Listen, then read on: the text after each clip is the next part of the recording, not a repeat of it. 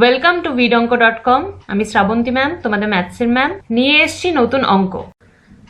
চলো দেখে নিই কি প্রবলেম আছে।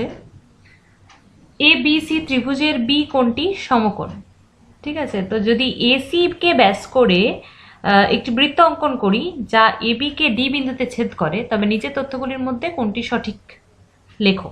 তিনটে অপশন দেওয়া আছে, তার মধ্যে কোনটা সঠিক হবে। তো আমি আগে ড্রয়িংটা করে নিই। এবিসি ত্রিভুজ, বি কোণটা সমকোণ। ওকে, এটা বি, এটা এ, এটা সি। বি কোণটা এটা হচ্ছে সমকোণ। এবার এসিটাকে ব্যাস করে আঁকতে হবে। এখানে এবিসি ত্রিভুজ, ঠিক আছে, বি কোণটা যার সমকোণ, আর কি হয়েছে, এসিকে ব্যাস করে এই বৃত্তটা অঙ্কন করা হয়েছে। তাহলে বলেছে এবি কে বৃত্তটা ডি বিন্দুতে ছেদ করে, তাহলে কোনটি সঠিক হবে। এখানে দেখো, আমরা একটা জিনিস জানি, এটা যে বি বিন্দু দিয়েই যাবে বৃত্তটা, সেটা আমরা কি করে জানলাম?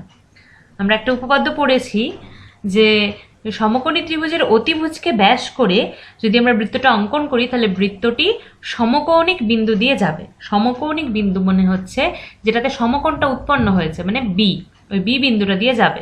তাহলে বি বিন্দু দিয়ে যদি যায়, তাহলে বি আর ডি তো একই বিন্দু হয়ে যাবে। এ বি কে ছেদ করেছে সেটা হচ্ছে টি বিন্দু, তাহলে বি আর ডি সেম বিন্দু হবে। তাহলে এ বি ইকুয়ালস টু এডি হয়ে যাবে আমাদের এটার আনসার। তো কমপ্লিট আমরা লিখে নিই।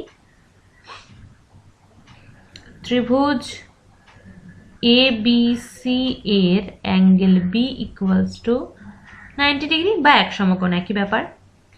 এবার এসি কে ব্যাস করে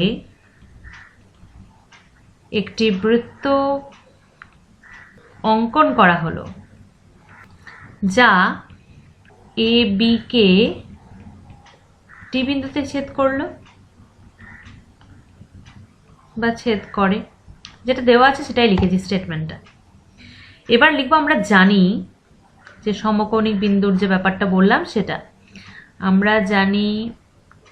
একটি সমকোণী ত্রিভুজের অতিভুজকে ব্যাস করে বৃত্ত অঙ্কন করলে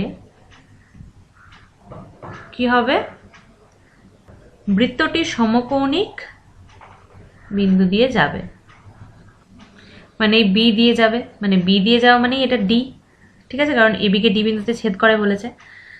তাহলে এক্ষেত্রে বি ও ডি একই বিন্দু হবে, অতএব কি হবে, এবি ইকুয়ালস টু এডি। তো এটা দেখো উত্তরটা কোন অপশনে আছে, অপশন নাম্বার 2-তে আছে। ওকে, তো 2 অপশনটা হয়ে যাবে আমাদের আনসার। ভিডঅঙ্কের সাথে যুক্ত থাকার জন্য অনেক ধন্যবাদ। এই ধরনের প্রবলেমের সলিউশন পেতে আমাদের ওয়েবসাইট ফলো করতে ভুলবেন না।